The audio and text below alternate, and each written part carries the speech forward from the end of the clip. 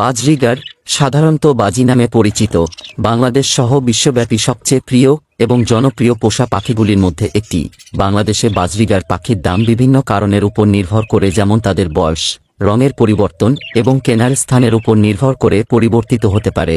আপনারা যারা বাজরিগার কিনতে ইচ্ছুক তারা সরাসরি আমার কাছ থেকে এসে নিয়ে যেতে পারবেন। প্রতি পিস 250 টাকা থেকে শুরু, প্রতি জোড়া 500 টাকা থেকে 700 টাকার মধ্যে পেয়ে যাবেন।